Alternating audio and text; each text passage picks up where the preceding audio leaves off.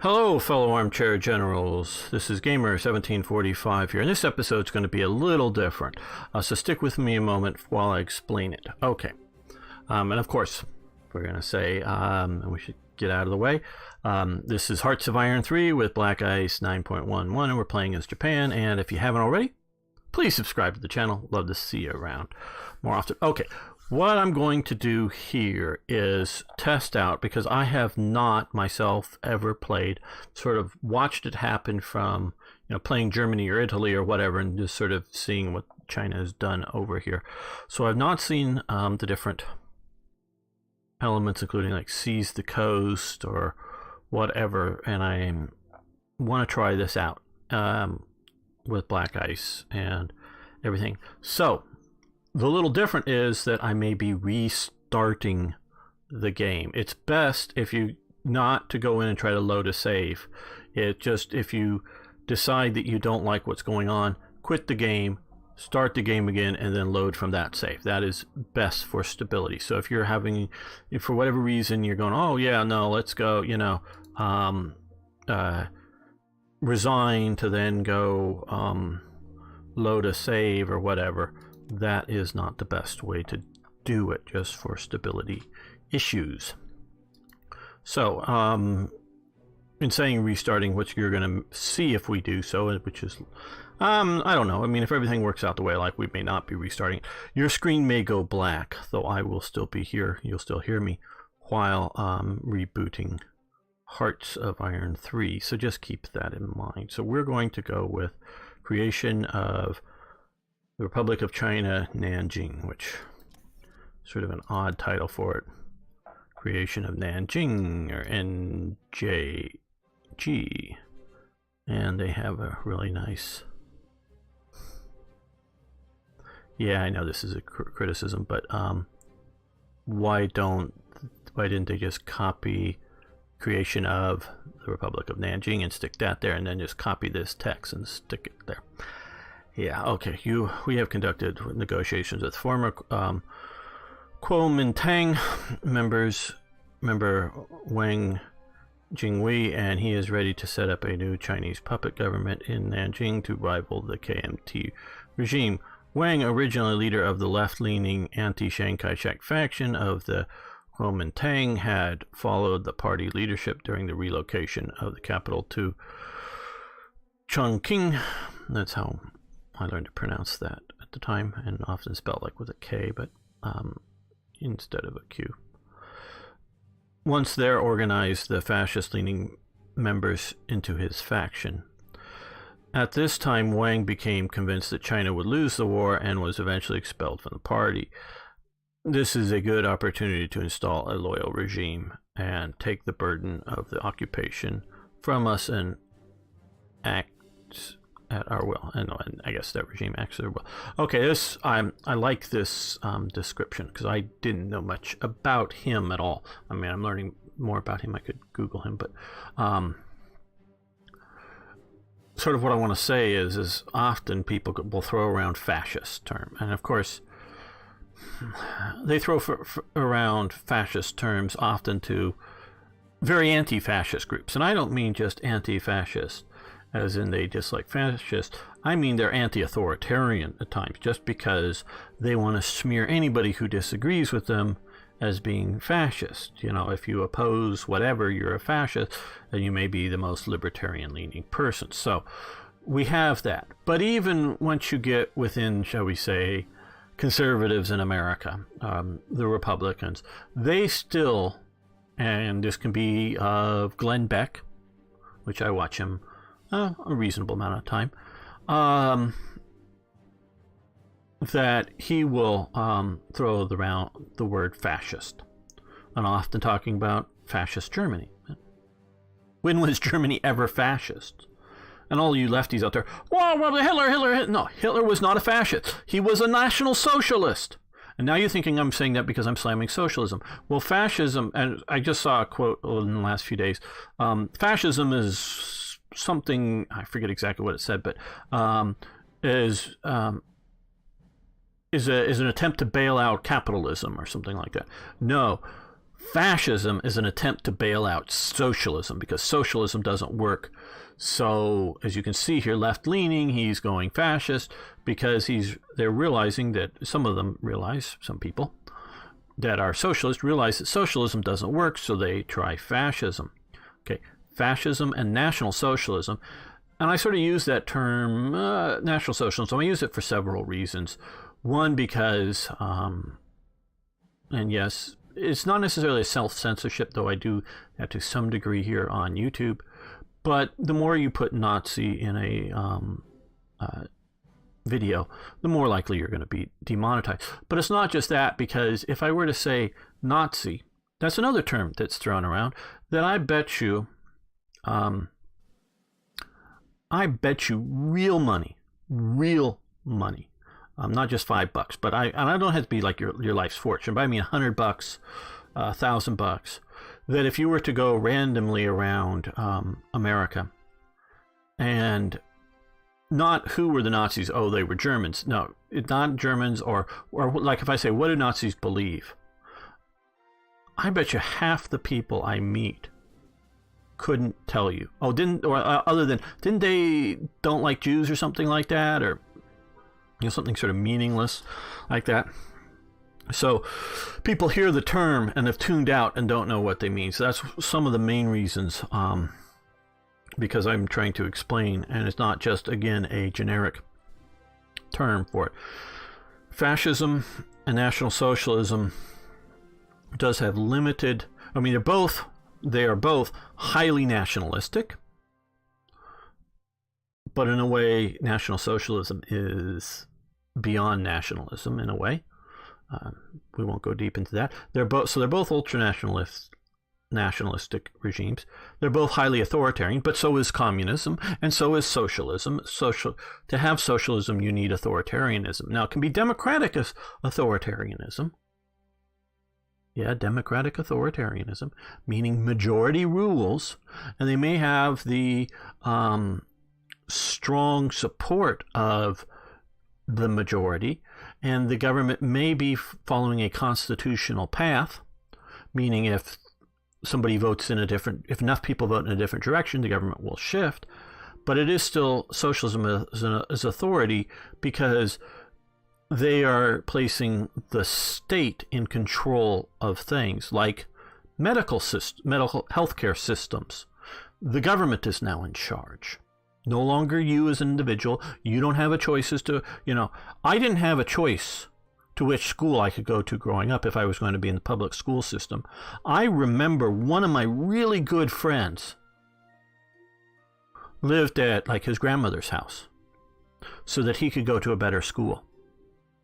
Now, he was only living there like 4 nights a week or something like that, because just, I don't know, or maybe even less, but, a few miles away is where he actually lived, and that would put him into a different school within the system. And so he could only go to the school in the district in which he lived. He couldn't choose to go to a different school system, so they had to sort of phony up, oh, he lives with his grandmother, as opposed to on the weekends. So I didn't see him much on the weekends because he was a bit further away this was when I was in elementary school, too far to, get on your bike or whatever and ride as an elementary school student to see him. So I saw him at school and after school, on the days that he lived near enough to me.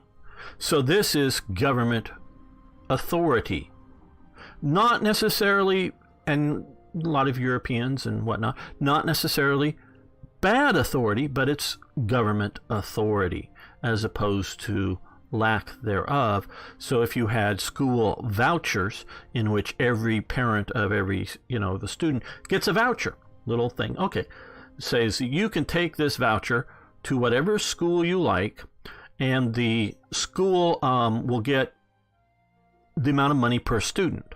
So if they go to a religious school or to some other just private school, or they go to whichever school that the student wants to travel to. So if they're willing to get up 2 hours before school and ride 3 different buses to get to some other school and get there, and then go to school there, and then ride the buses back, the school gets the same thing. Now, there's also reverse of this authority within America. I walked to high school, and then I walked to my high school, and then got on a bus to go to a school bus to go to a different high school. Oh, well, why, gamer, did you not go to your local high school? How could you, just after saying that you had to go to your local high school? Oh, well, they had 2 special programs. One was for really, really smart students to go to. That wasn't the one I went to. Don't worry. The other one was for sort of international commerce and trade, because this is sort of a trade city. And so you had to have decent grades, but you had to have an interest in the thing. And both of these special sort of schools, they were only about 2/3 of the day of the school. It wasn't the whole school day. So they had these 2 special schools, but they were in the heart of what is otherwise Black and Hispanic areas in Los Angeles area. I don't want to get too specific. I know I've mentioned some of this stuff, but so that this school would otherwise be, let's say 60-70% Black and well, maybe 30% Hispanic, or maybe 50-50 on both of those, and then, well, say 50, but then with a 10 or 20%, or well, 5 or 10% Asian, and almost no white kids, to get the numbers to balance, to get the idea that these aren't all Black school districts, they put these 2 very segregated,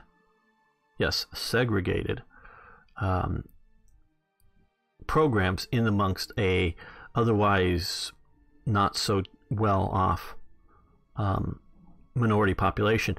And the great majority of the students that went to the special program, like myself, left at lunchtime. I spent throughout my high school career my lunch on a school bus driving back to my home school, so that we didn't have to interact with because we had no classes in common with the regular students. So we were in this segregated program. See, these are the left. The Democrats, they love segregation. They love segregation. Back in the old days, in the current days. So we went to the segregated. Now, see, I didn't go to it because it was white, or mostly white. Trust me, for both of these programs, they picked out white students. Oh, there were a few Black and Hispanic tokens to put them in there, but we're talking 90+% white in both of these programs, going into a school that was less than 10% white otherwise, to go to these special advanced programs. So these teachers that didn't deal with the regular students, the regular students didn't have classroom breaks at the same time as the normal students. So we didn't interact, and our building was off separate from the rest of the student buildings, so we were separated from them. So yeah, this is the way socialist types want to work with control. Instead of putting the program maybe in a school in which most of the students would actually normally attend, they put it where they don't. Okay, get out of that. But this isn't meant to be a long political talk, but since it came up here. Okay, so we have the left-leaning elements, the fascist elements, coming around Wang Zhonghui. Okay, which of course should tell everyone is that Chiang Kai-shek was not a fascist, since the fascist elements were moving in opposition to Chiang Kai-shek. He was a nationalist. Nationalists are not fascists. Are there fascist-leaning members in his faction? Yes. But his is a coalition government. So it probably also includes, as long as you're not a communist, left-leaning people. So that tells you some of the truth about Chiang Kai-shek and nationalist China. Doesn't mean that Chiang Kai-shek is a great guy and we love everything that he did. I think he was the best leader for China at the time. That doesn't mean that of the people in leadership roles that I know of. Now, of course, there could be other people that could have taken over from him that I just don't know of. I'm not an expert on China, but so I respect Chiang Kai-shek, and that doesn't mean I'm going to agree with all of his stuff. And some of the stuff I might, if I'm in that situation, agree that what he did was the least bad option, meaning he did bad things, but the other options were even worse. Okay, so we can do create the regime or not. That would just get rid of, if you just wanted to get rid of, because I think this should go away. Either way, the decision possibility. If we decide to, no need. We're going to, so we're going to release this regime. Okay, so he now, Wang now gets this territory. Okay. Well, we can declare war on Tibet, which we're not planning on. I know there's a bunch of you out there, partially just because it's interesting to watch things, but I don't know that there's a good reason to declare war on Tibet. We can see much of the provinces have zero infrastructure. It might. I think we can see in here. So we can't eat. We could. I mean, if we can base aircraft here or build infrastructure here to get to here to invade India, we don't need Tibet. There just isn't in this game, in my opinion, an overly good reason to invade Tibet. It just doesn't show it. Getting it as an ally, sure, just because we like allies. I guess we could puppet it. Enough puppet so you become puppet master. Okay, so now give Chinese territory to the Republic of Nanjing. Okay, so all of these areas would go to Nanjing, so yes.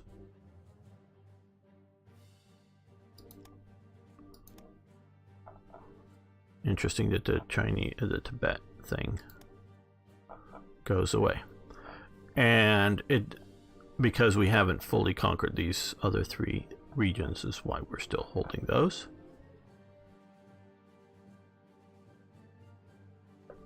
Okay, let's speed this up a little bit. And the reason... Okay, well, we can now again declare war on Tibet. It was interesting, I was wondering if for some reason Japan not sharing in the border would not get that. Okay, well, we're going to play a little bit here because we're just going to give it time, mostly. Because I'm not going to settle for this. Because I want... For two reasons. One, I want some of these, aren't these have resource or ICs in them? Thought that one did. Okay, oh no, they do. Yeah, I'm just looking at the wrong spot. Because I want some of the resources and I want some of the ICs. That's part of the reason I'm not going to stand for this long term. And the second element is this isn't Hearts of Iron 4. Good things that it's not, but Hearts of Iron 4 I can demand troops, I can adjust the level of puppet they are to with various things that would give me more or less amounts of their resources and supplies and that kind of thing. So let's push into here.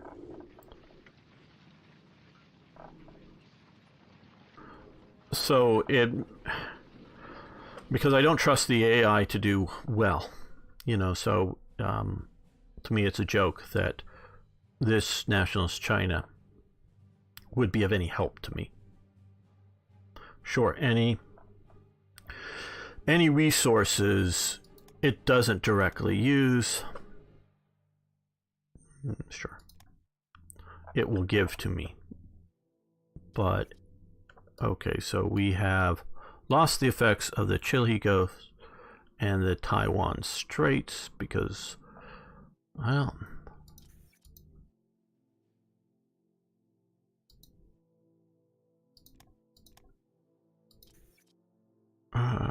they're a puppet. Okay, but I guess they're not in my faction, or? And so to me, these are completely useless. And the idea of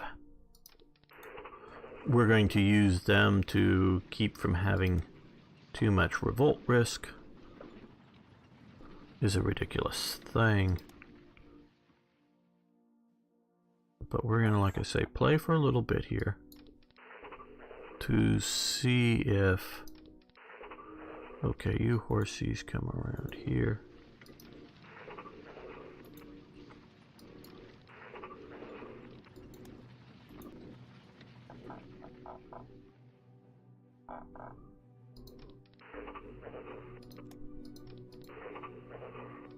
You join that attack and you occupy that port.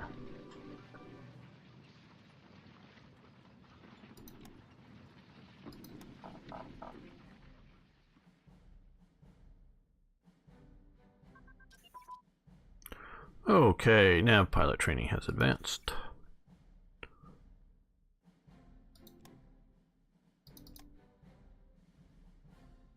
Let's get up our light and medium bombers, as well as transport organizations. Okay, a day has gone by. We're in the next day.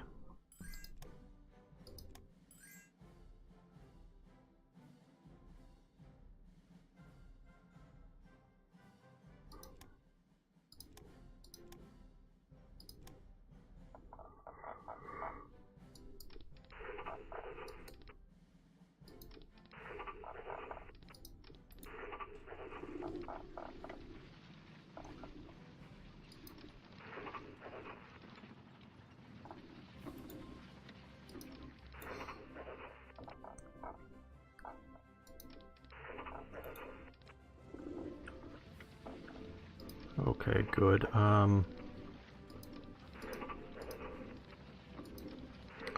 You guys come and occupy into there.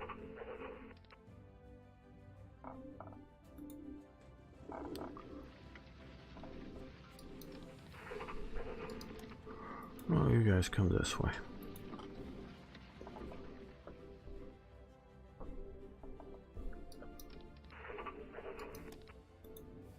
So these guys will probably give up if we get that province.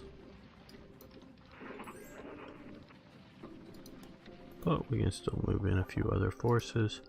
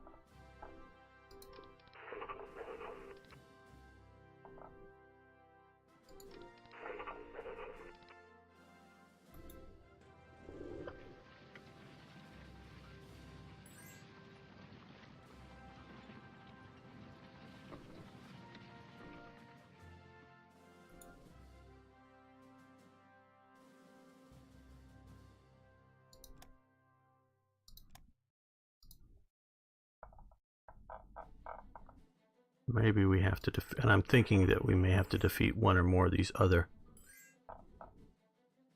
Ah, well, and pass. Well, I don't really care about that. Is requesting permission and technical expertise to build 4 units of submarines. Now, I often look at these requests, and I don't really care about the money because the scale of the money is insignificant, really, for at least most majors. Is would I like, or maybe better yet, would it be useful for Republic of Nanjing to have some submarines? And I guess it would. If it was going to try to build a carrier or a battleship, I would go no. But I could see if you're going to war along with me, you might use them.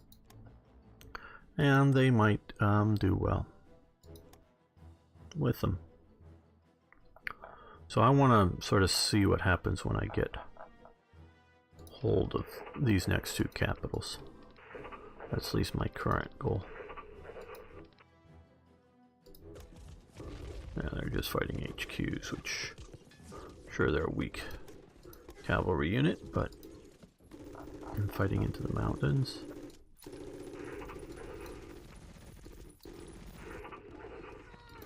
Okay, you join that attack. Yeah, infantry tanks will probably be. You come down here, and you come down here, and you come here. Because even from here, they're just simply adding another avenue of attack, like they are there, but.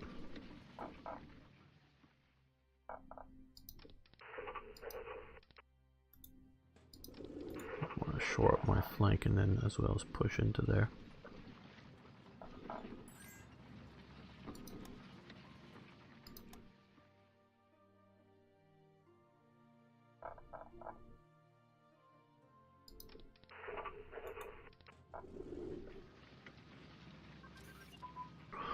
Okay, infantry unit command and control. Again, we'll be doing all this over again, or whatnot. So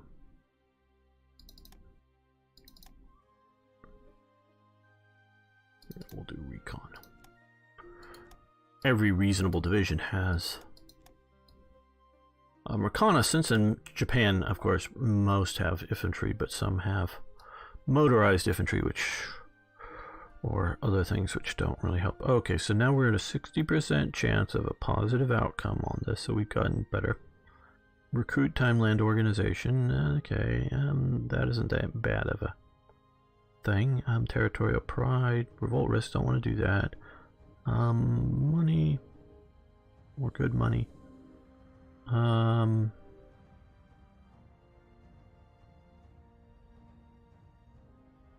We'll do that. We'll risk the money situation. Once we get a higher outcome curve.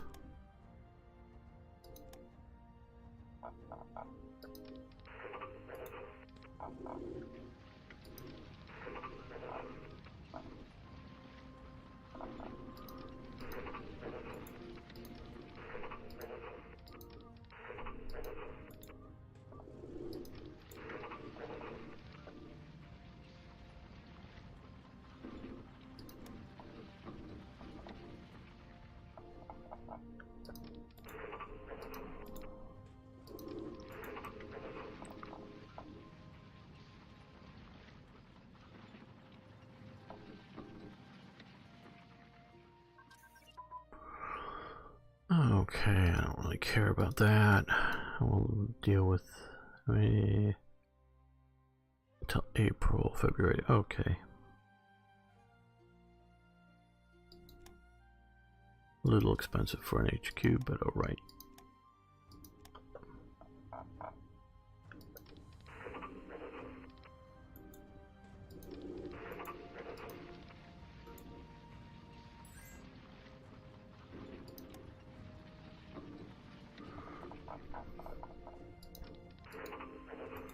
Yes, you joined that attack. You keep pushing there, you're pushing into there, so yeah, you do the same.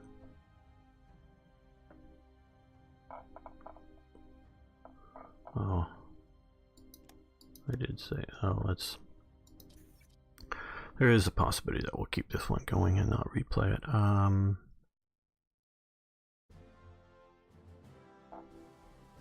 think this is the one that... Yeah. Oh, well, we need to... We're overdoing this as it is because we've shifted. Oh, we lost so much leadership. That's why. We lost so much leadership because we've lost China.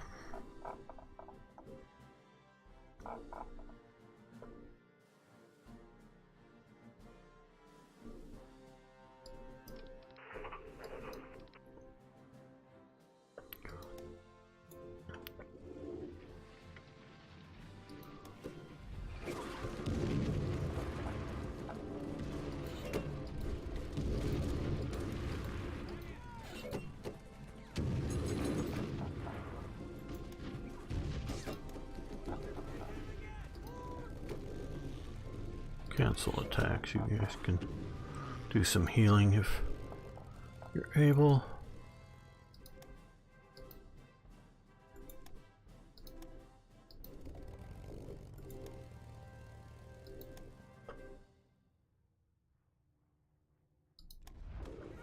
Bomb them. They got some anti-air, but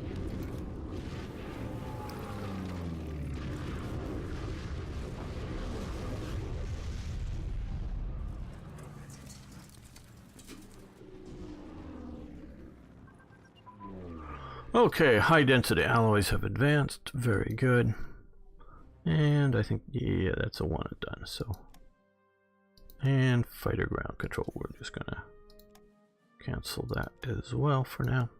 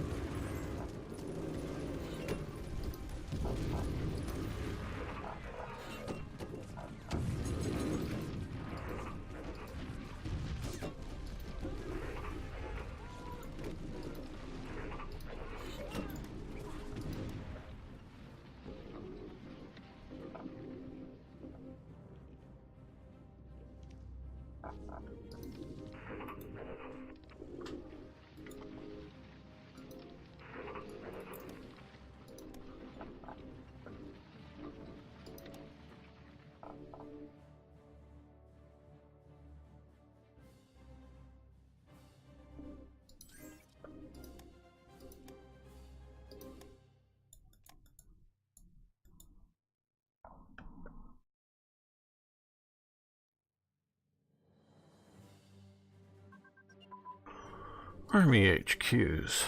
Okay, yeah, 42, way too far in the future, but total now of from this tech is 12 hours. Time reduced between attacks.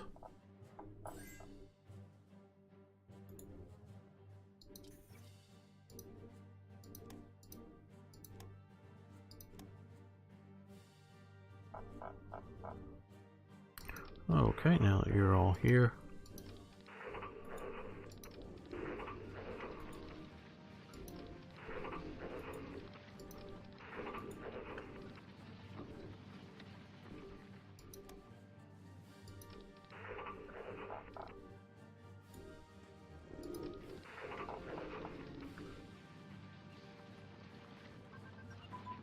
And submarine crew berthing. Well, very good. And that, I believe, is grayed out. Yeah, but will allow us to get to that once we clear out some of that.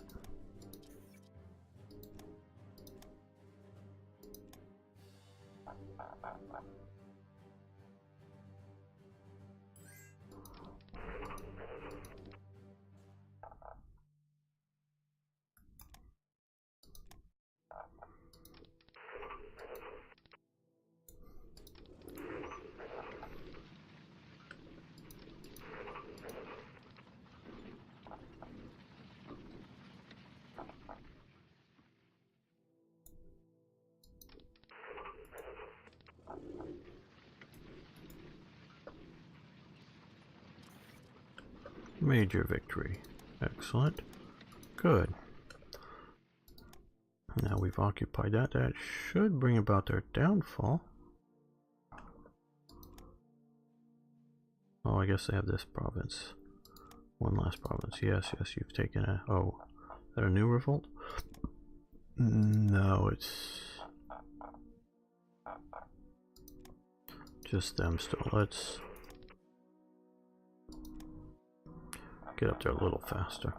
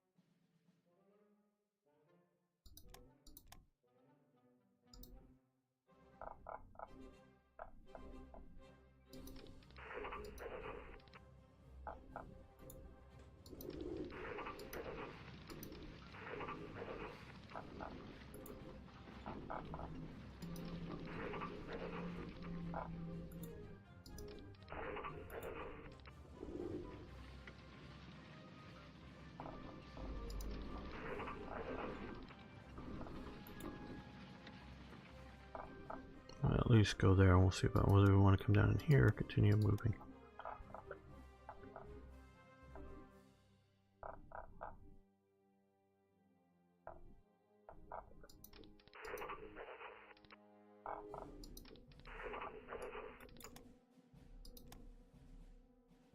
Wow, look at this guy. Look at this guy. We've got it before we start the next. Wow. We've ground up some uber generals here, people. I have not looked at this in a long time. Wow. Battle Master, Ranger, Battle Expert. Ho ho ho ho. We've most assuredly ground up some. No, you're about shattered. This guy, oh, level 5. Yeah, what is... He's only level 3? Oh, man. Tojo, well, he's level 5. He's gotten a lot of bonuses from troops under him. Yeah, so... we're gonna have to redo our order of battle and promote up a bunch of people. Once we get done with this China war, before we go on to anything else. I'm really hoping to get a breather.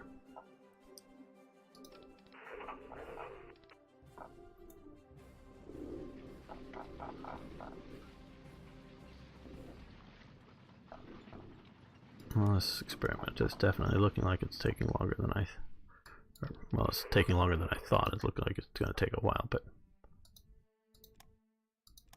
we've won here, so let's see if we can move into its territory quickly. Take this.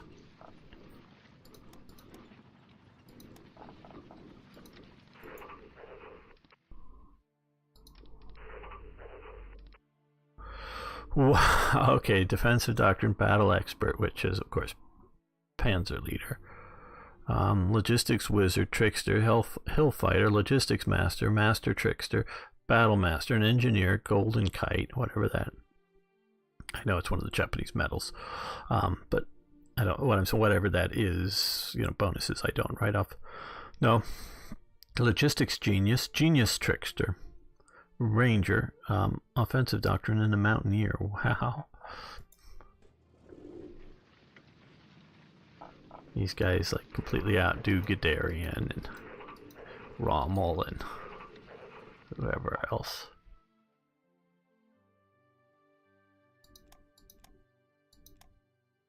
Okay, well we've won here. Let's push here because we won't be attacking across the river.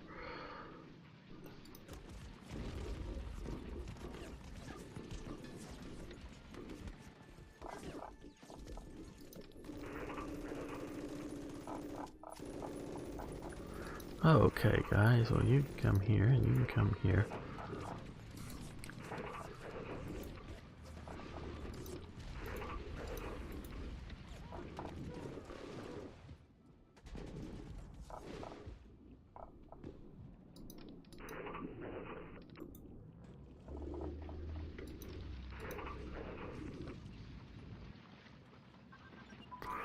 Brigade HQs have advanced. Very good.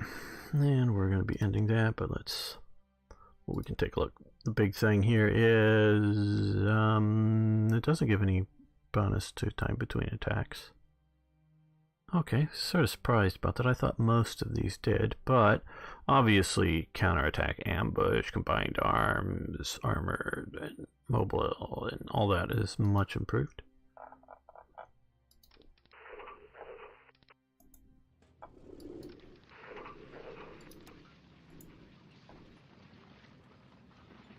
They've got a lot of garrison divisions, but they're crumbling.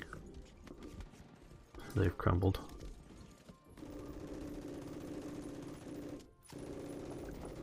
Okay, well, we've occupied their last capital.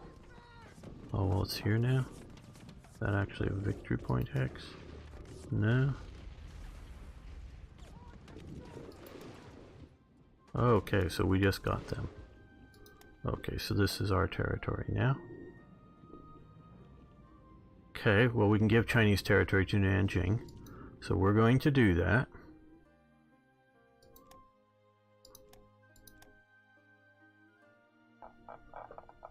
And we're going to keep pursuing.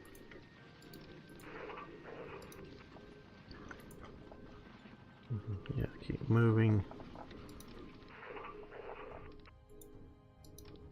Oh, actually, let's send you that way. You this way, because this is a path of less combat, more movement. You can swing up that way. Very good. You guys can...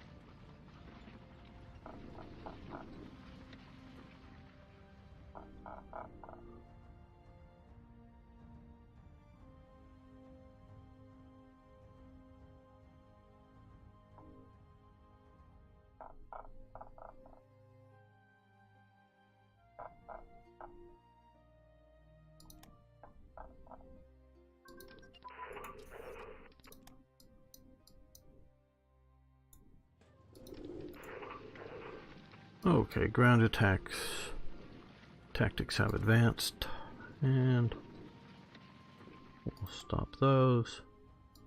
And assault concentration, which allows research of superior firepower. So we're going to stop researching assault concentration, but we're going to, since it is 39, immediately start doing this and move it to the top. That's the one that adds one more brigade to a division, and at least a lot of divisions that I want to be elite divisions, I would like that.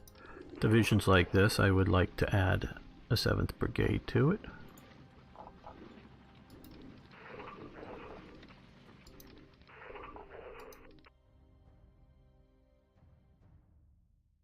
Or actually an 8th or whatever it is.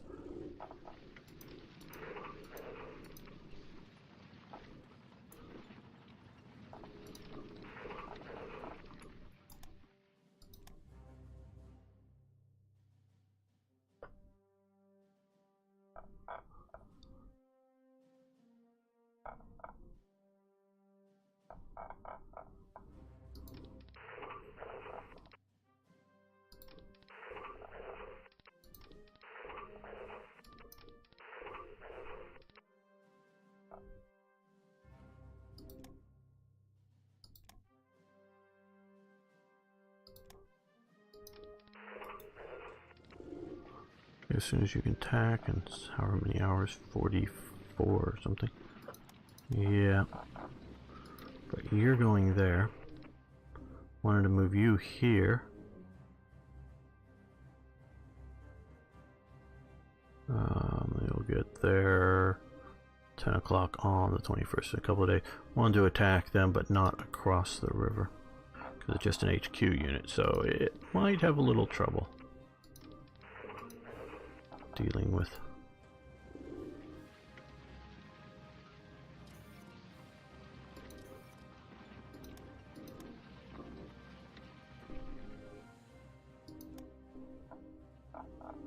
Okay, now that we're there. Oh, you're here already, okay. Oh, you're... whatever. Take them out. They're not an HQ unit. I'm seeing that, and I don't know why I thought they were. Probably because I looked at it when it sort of zoomed out. Because by moving the HQ to the top of the queue, when you zoom out, you're not seeing this. You're seeing the HQ, and that's what I think I was looking at.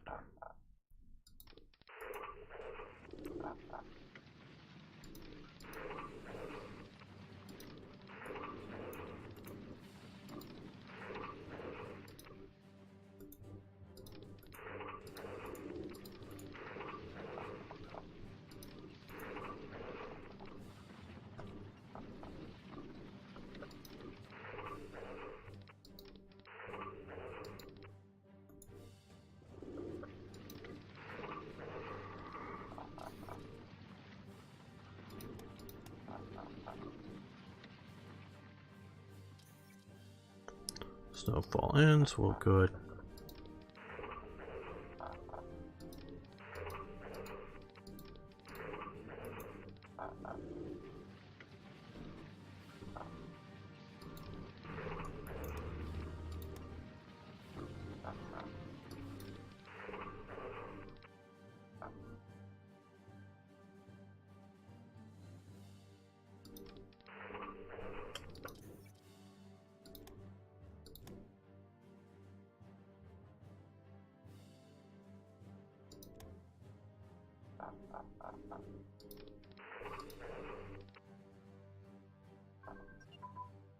And Mountain HQ's advanced. Very good.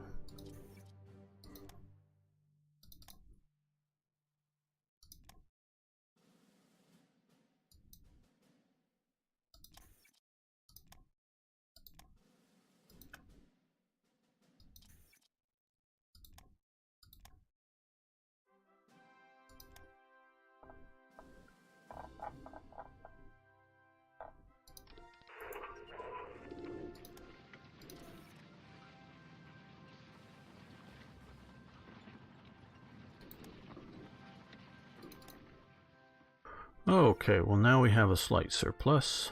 Almost a whole point.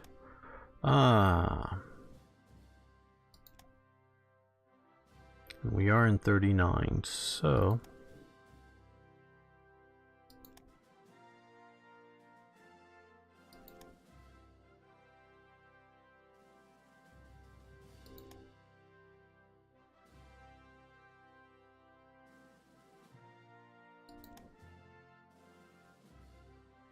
yeah, let's get artillery carriages.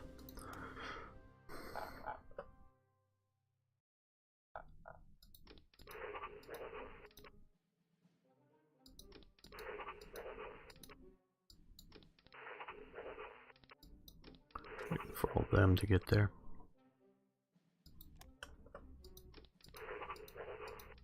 Yeah. Get some armored cars in there. Okay, see, just getting the armored cars in there got them to...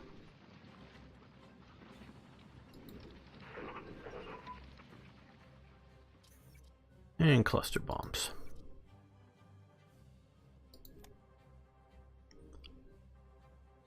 Oh yes, air launch torpedoes most assuredly.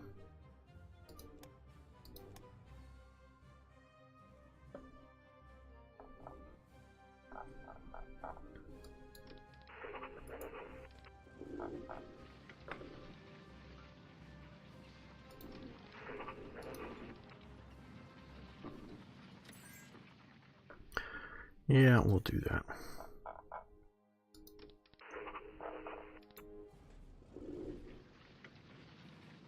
And now they want heavy cruiser. No, I'm going to decline that because I don't really want them to have a heavy cruiser. May not be the best option. Yes, we need to get Kunming.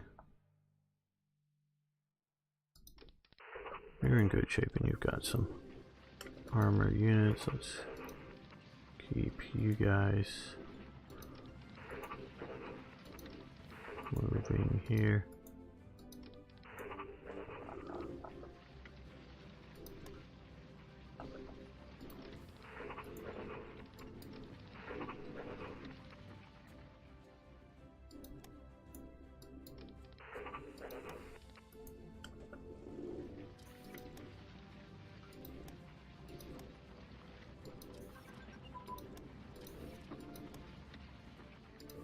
And aircraft prototype evaluation, very good. Is that, yeah, this one and that.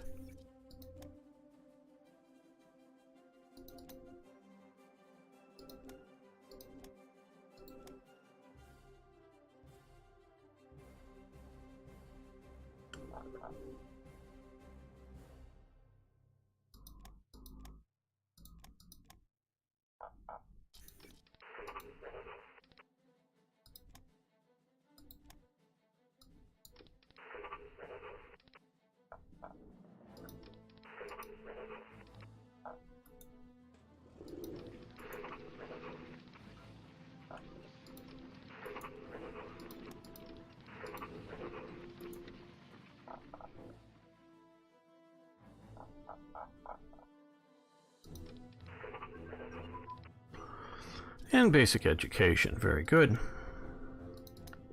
We're going to move this over to here.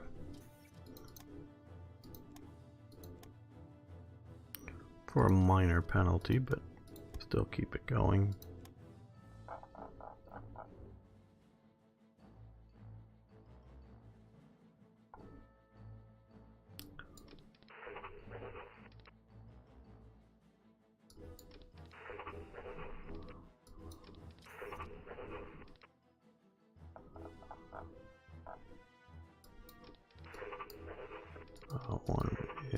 Yeah, okay.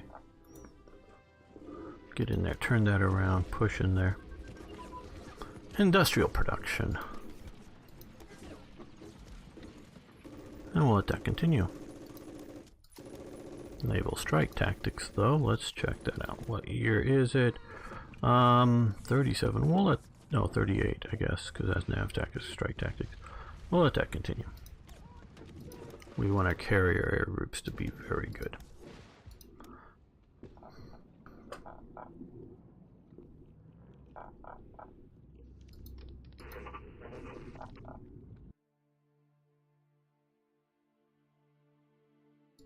I am getting more and more impatient. Okay, partisan suppression. Yeah, we'll let that continue. And carrier prototype, aircraft prototypes have advanced. I think that is, well, I guess that's down here. And we're definitely going to let that one go.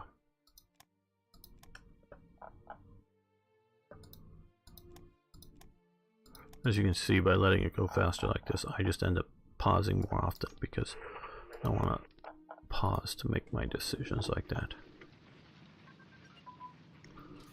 And we get a lot more fast pop-ups like this.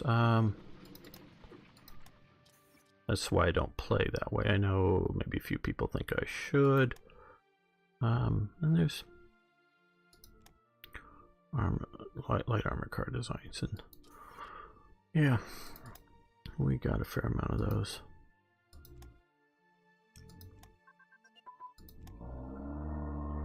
Yes, we're going to continue that. Industrial efficiency and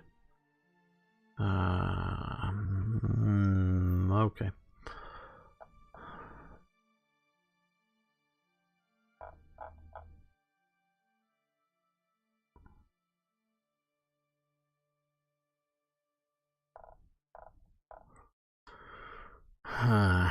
I don't know whether I'm going to keep this playthrough or not. If we seize the coast, I will probably keep it, but if not, I only say probably because I'm going to have to evaluate, because we've lost a lot of ICs and things like that. Just what we get and don't get.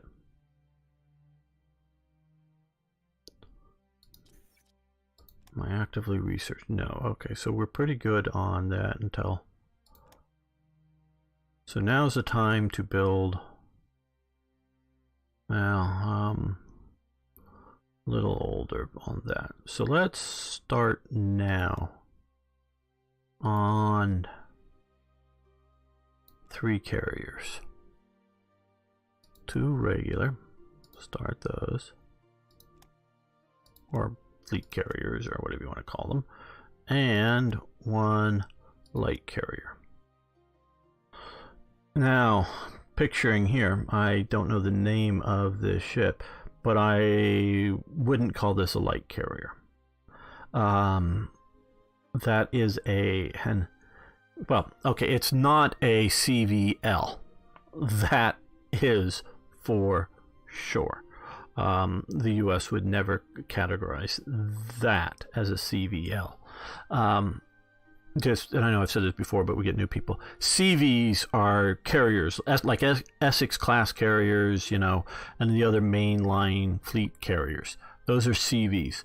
CVLs are light carriers. They are smaller carriers. Most of the Americans were built on a light cruiser hull of the Brooklyn class. No, Cleveland class. Sorry, Cleveland class. Yeah, I'm pretty sure it's Cleveland class. Light cruiser hulls. A bunch were, the hulls were laid down. They were going to be light cruisers. They converted them to carriers. Some of the later ones, they just follow the same basic plan, but were planned, you know, when they were laying the keel, they were planning it to be light carriers. Those are light carriers. So they do everything more or less that the bigger carriers do. It just they're smaller, but they're equally as fast. That's a particular thing. Then there's CVEs. And those are escort carriers. Those things are built on more like merchant hulls. They're much wider, tubbier. They have much slower, fewer engines. Because if you were to look at, well, let's go with a destroyer. From right about here, right behind that bridge tower, right where that first thing there is, until probably right about here. So about half of that ship length is pure engine room for that destroyer. That's how much engine there is. And then even from, and I'm taking this more or less from a what I know of a Fletcher and some of the other US classes, but what is down below the water level down here is, you know, your drive shafts and whatever, but the deck just below the, you know, the main deck that you walk on, but the one deck down, that is normally crew living spaced there. And then so the officer's crew is normally that space there, and then some more regular crew down here, and then below the water level you will have some more crew space. Well, when I say from here to here is engine, there's also fuel tanks down in parts of this too. So this is huge amount of space under here is engine room. And this is a very narrow hull design. Watch some of my War Thunder ships, you'll get the idea. It's a good reason to watch some of those things. And now if you take a merchant vessel, one, for whatever length of the ship they are, they're going to be wider. Even if they have a sharp nose prow to go faster, they will generally get wider.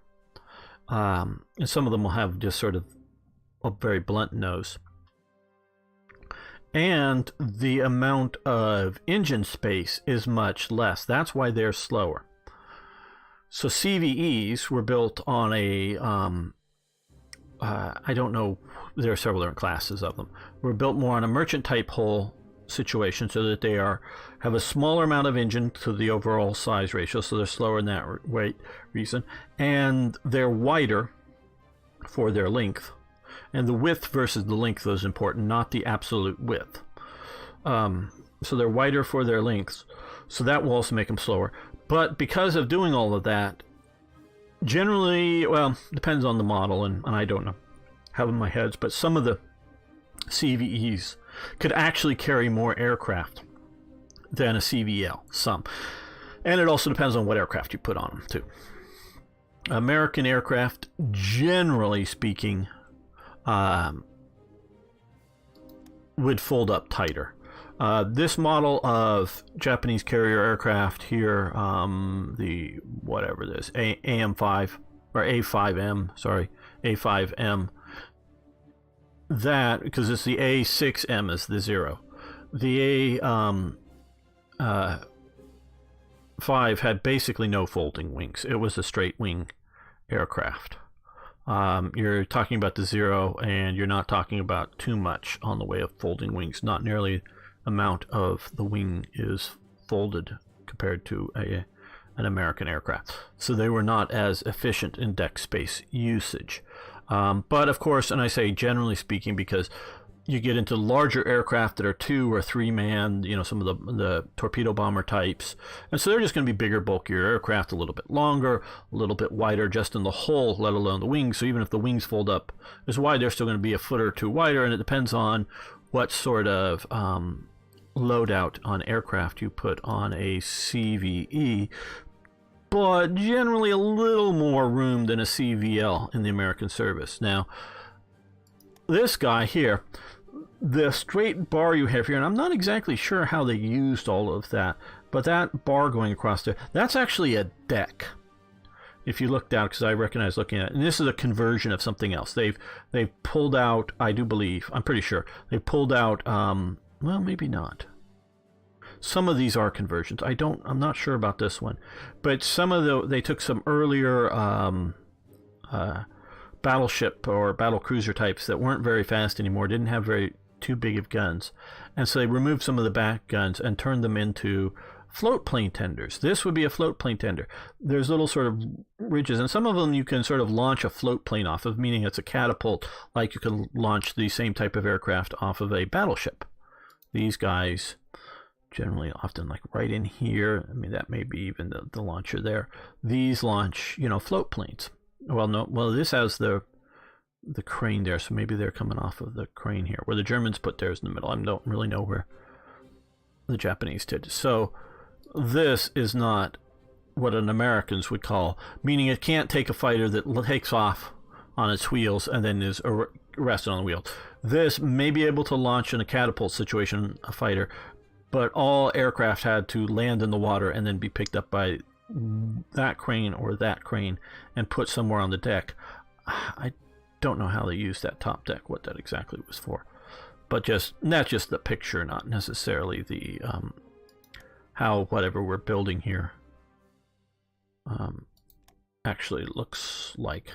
But I like, as you can tell, I like CVLs. They're not as good, but they can be in more places than a CV. And you can combine them with CVs to make an overwhelming fleet. Like and I'm sure I mentioned this before, one of the CVLs that got damaged was sent back and to the Pacific coast and gets repaired. Maybe even the Independence, but I'm not sure on that. And so while it was being repaired, its fighter squadrons were, I think, sent off to other things. Well, when it got new fighter squadrons, they were specifically trained to operate at night, both take off, land on their ship. Their whole ship's crew, carrier operating crew, were set up for night operations. So they joined, I think, back late. We're seeing one of these, yay. And minor breakthrough. We don't see a lot of those just because I don't play long enough. The timer doesn't work well on that. Okay, now this one does 5 hours reduced between time. And we're going to let that one go since it's now just a 4D technology.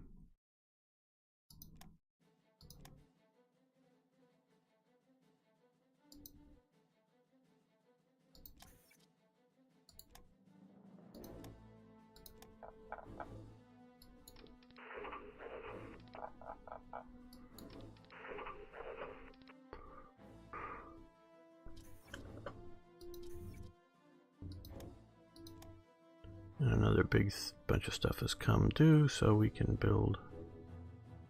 No, we can't build more, but. And yes. Land-based warning radar. And presuming radar for frigates, so what we're going to do is come down here and do small ship radar. Now, why can't we do these yet? Okay, radar electronics, that which needs to be better. Okay, good, fine. We're researching that. Well, okay, yeah. We need to do more production here. So that is 3 CVs and 2 CVLs. And we have the Shokaku up here, so 4 CVs. Now, before you start thinking that's a lot of CVs, somebody at the start of the war, some naval person or whatever, I'm not exactly sure, or somebody was saying, we need America needs 150 aircraft carriers. It needs that at the beginning of the war. And as it was pointed out in the book, this was a book on Nimitz, there was no rationale given, like, oh, we need, 10 for this, 5 for this, 20 for, convoy escort. There was no, no presented of any rational numbers. It was just a, we need all these things and and remember, this is at a time when we had 3 carriers. America needs 150 aircraft carriers. Well, by the end of the war in August 1945, America had 115 aircraft carriers in operation. Okay, so take that number. 115 aircraft carriers. Now, those aren't all CVs. Those are CVLs and mostly CVEs. There's lots and lots of CVEs. CVEs are everywhere.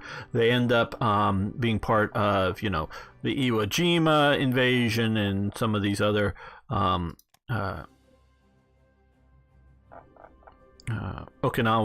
because this is sort of Okinawa, generally speaking. I don't know.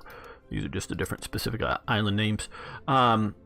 Part of these things. They were part of the Philippines invasions, doing aircraft attacking on shore, so they were flying, fighter bomber type missions, as well as flying air cover for, the invasion fleets. And since invasion fleets generally are made up of merchant speed vessels, slow CVEs are of no hindrance because they will stay with the transport vessels that are transporting the invasion. There's no need for them to rush and dash off doing everything else. Though often for these major invasions, whether it's the Philippines or it's some of these others, there are also a maneuver fleet with fast battleships and fast carriers ready to go out and engage the enemy surface fleet. Older, slower battleships were used on these invasions as shore bombardment almost exclusively, unless the enemy happens to get close, because they're that slow. They can't move that fast. And they were using them, for D-Day type invasions. I don't know specifically for D-Day, probably, but we know there's a lot of cross-channel. But they were also being used for convoy escort across the Atlantic. They're great anti-submarine warfare, operating in the Mediterranean for various invasions and just general fleet escort and all kinds of stuff. So they were everywhere. So America doesn't quite get 150. And when the war ends, they stop building some of these carriers that were partway, not some of the 115. This is 115 in service. They have others that are being, in production that get stopped. So that 150 total, if we were going to go into probably 46 or so, we would have gotten very close to that. And so think about this, and all of you people. Well, Germany could have won if. Japan could have won if. Well, yeah, if we stick enough ifs. If Hitler got 500 nuclear missiles, Germany could have won. Yes, if Germany got 500 nice ICBM missiles. Or if the Martians were to show up and, hey, Nazis are more cool than Americans. We want to, use our flying saucers and invade America. Yeah, Hitler could have won if the aliens joined up and supported Hitler. Okay?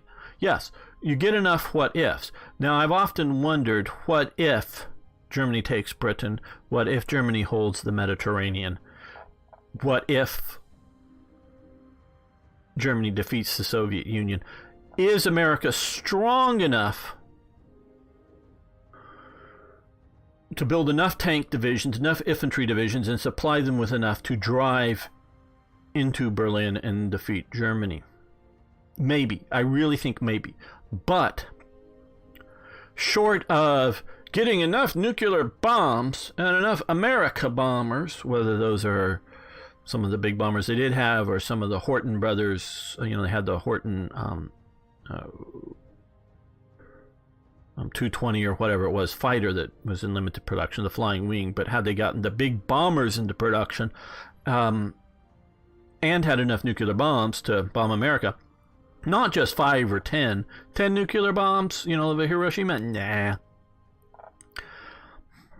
America didn't have enough 5 or 10 nuclear bombs. It had, how many? I don't know. It dropped 2. I think it tested 2. I don't know, 1 or 2 it tested beforehand.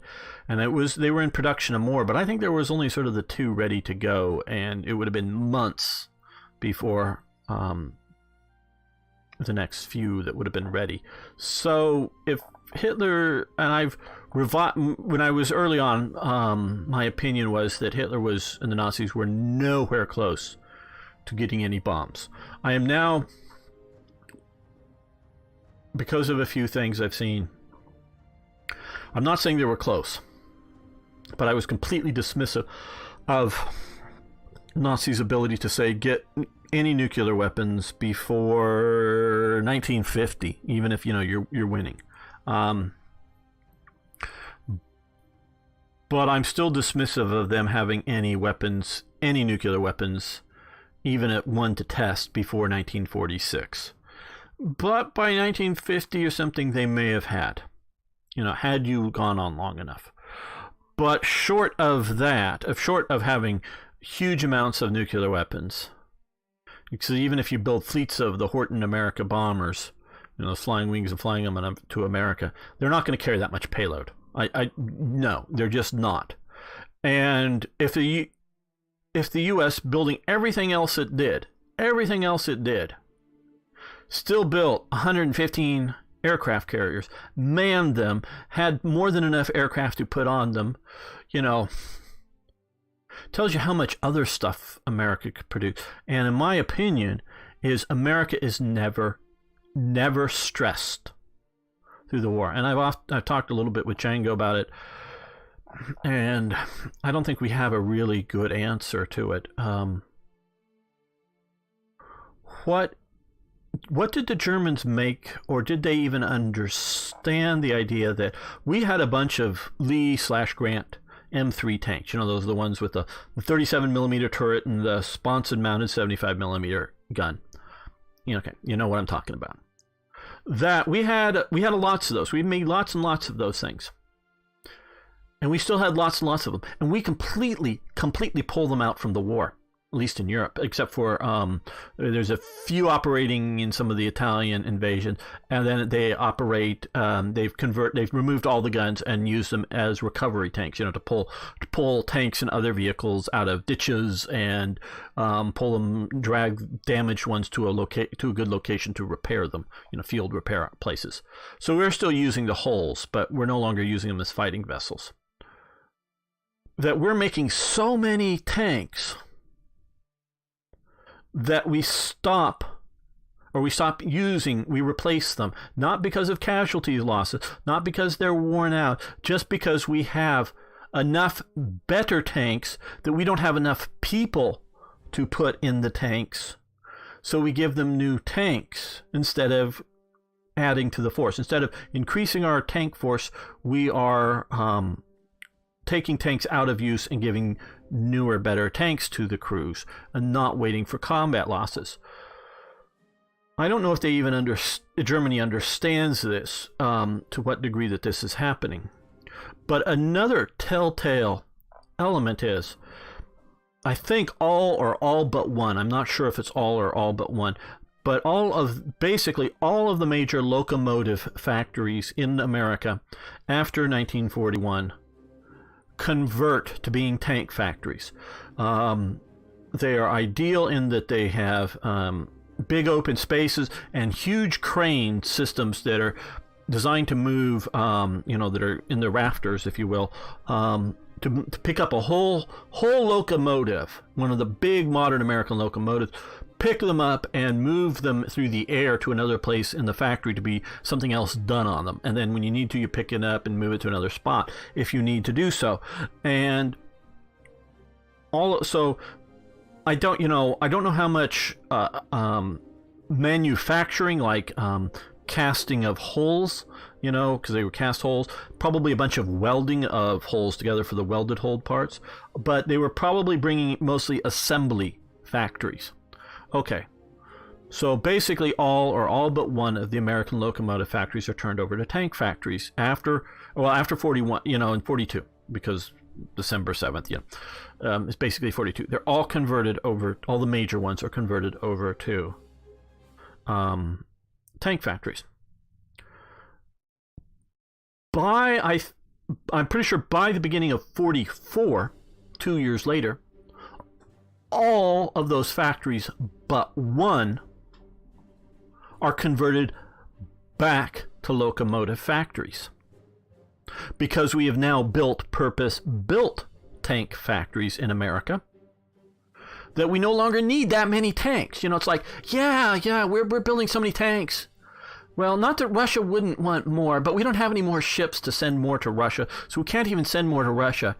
Britain, India, Australia, New Zealand, who else? Free French troops. We can find nobody else to give these tanks to. We got tanks. Nobody else wants any more tanks. They won't take delivery of any more tanks. And mentioning not using some tanks, not only were they taking Lee's Grants, the M3s, off from being used, they were taking M4s, the Shermans, and going, we've driven these a bunch, we got better M4s coming out, we're going to take these, I don't know, it's like 400 or 600 M4s off the front line, and we'll give the troops new M4s.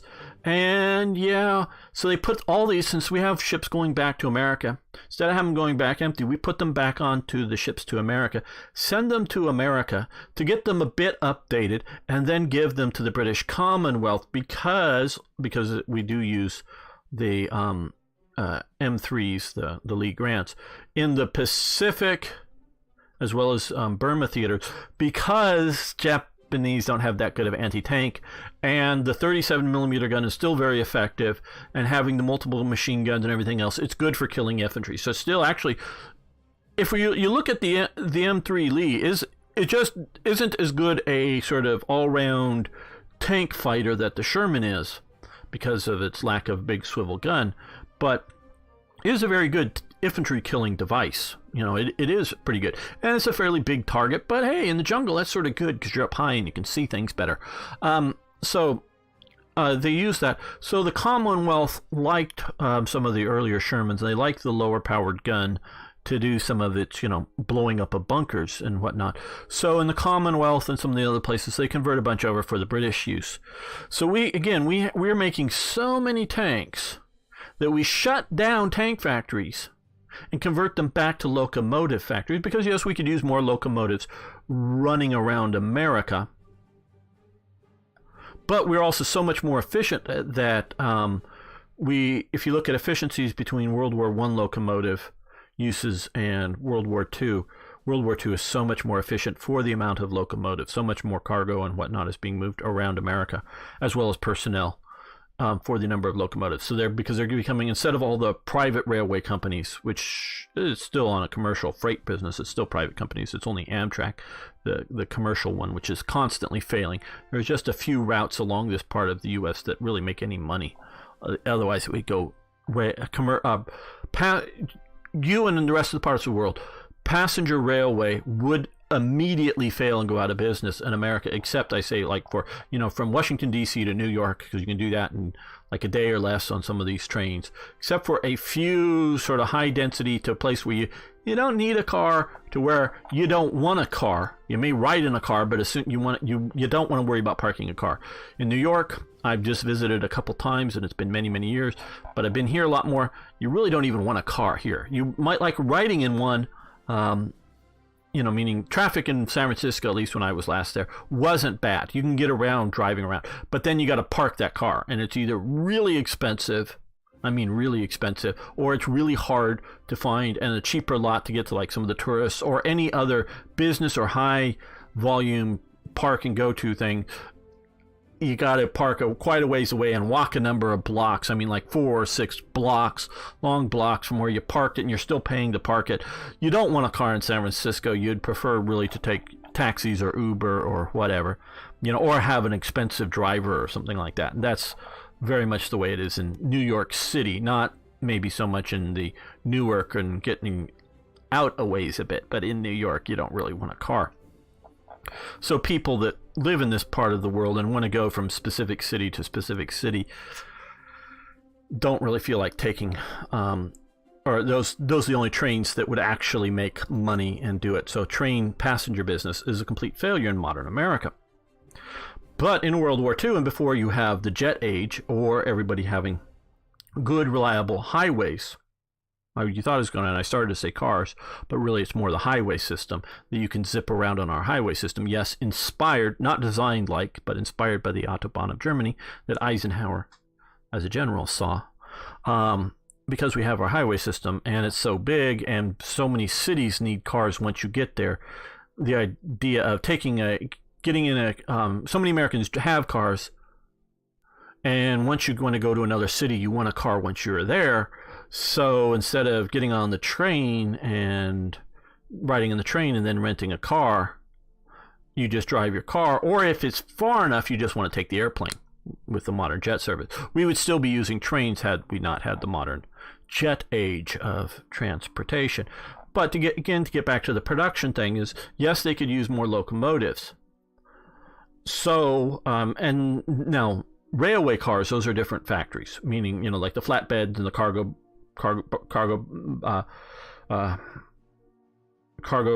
box cars, I should say, or cattle cars, which are a different thing, similar but different thing, or passenger cars. Those are all different things. Those were still in production. Those are different factories. But the locomotive factories, all but one, and the only reason they kept the one locomotive factory in is they were doing very high quality work. And the government particularly says, these tanks are particularly good and they're doing it particularly fast and efficient. Keep them doing it. Otherwise, they would have shut that one down. Oh, and the U.S. could have opened up more tank factories. They don't, because they don't need to. If I'm not mistaken, by mid-late 44, June, July, August, somewhere in there, the U.S. stops building the half-tracks. Because we have so many half-tracks sitting in warehouses or just sitting in fields that we can't ship them, and we can't see anybody who could use more half-tracks than we have. We can't give them enough away to the Soviets. Can't give enough when we're giving as many as we can to the Soviets, to the British. And, this is well before the war is over, and you still have the Pacific War with Japan, that we stop building half-tracks because, yeah, if they blow up all of the half-tracks we have in Europe, we can replace all those, no problem. That is the level of production America had. I'm not saying has to this day, but had in World War II. So you got to really go landish out there what ifs to say what if Germany could win. Yeah, they got to take Britain down. They got to control the Mediterranean, and they've got to take out the Soviet Union. Then maybe they might not be defeated. But in no way short of huge batches of nuclear weapons that, yes, they may have gotten them, but then, of course, the U.S. was well ahead of them, probably could have nuked Europe more effectively than Europe could nuke America, because Germany would have, one aircraft carrier? 10 aircraft carriers? Let's just go 10 aircraft carriers.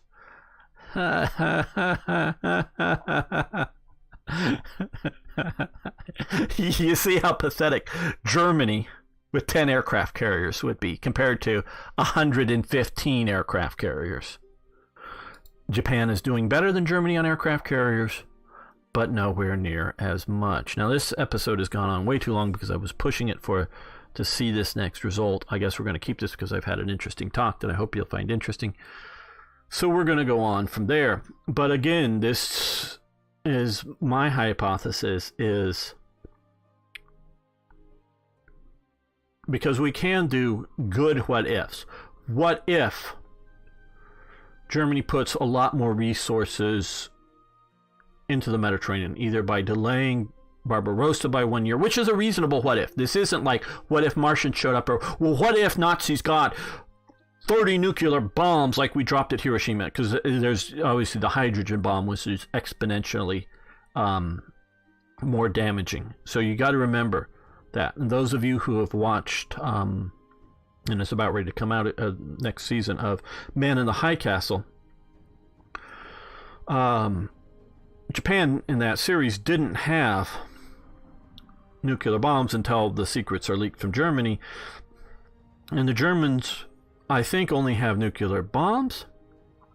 And it's the film of the Americans testing the hydrogen bomb, sort of the super enhanced nuclear weapon on the Bikini Atoll, that the Germans could look at the reel and go, yep, that's on Japanese territory. And they didn't yet know about, that the films or whatever are coming from alternate realities, and that might be one of them.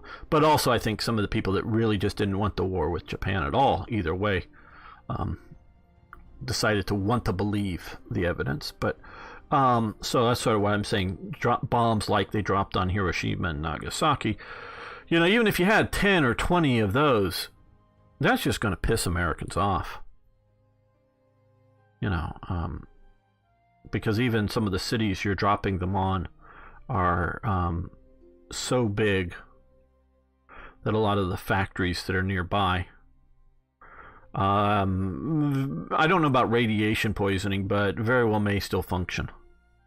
You're blowing out the windows, but the factories are able to get in, because just compared to Hiroshima and Nagasaki is a pretty big city, but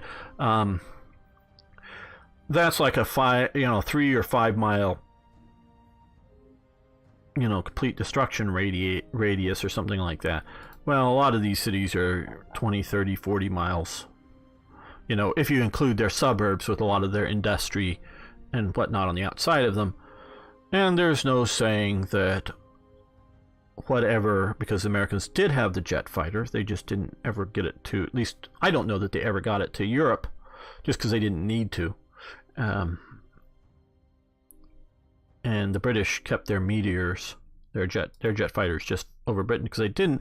I don't know whether they thought theirs were better than the Germans. They just didn't want the Germans to learn their secrets, so they didn't fly them anywhere that if they landed, because aircraft, I know this is going long, but aircraft doesn't need to be shot down to have problems to, need to crash land, whether it's running out of fuel or just something breaks in the engine and jets are untried. They didn't want to have any of that falling in German hands, so they were using to intercept over Britain for theirs. And the Americans were working on their jet fighter and had some in limited production. I believe it was limited. I don't know a lot. But they would have had aircraft that could shoot down incoming bomb aircraft. And so, the mere fact that they're send bombers to Chicago or something, or even somewhere coastally like New York or Boston, doesn't mean they're actually going to get through. So especially, now if you send over 40 aircraft and only one has the nuke on it, yeah, maybe the chances are the nuke could get there. But they're not going to have in one tight formation 40 nukes, not in any realistic sense. And yeah, if you take out New York, you're probably Newark, New Jersey still going to be operating. And remember, this was Hartford, New Haven.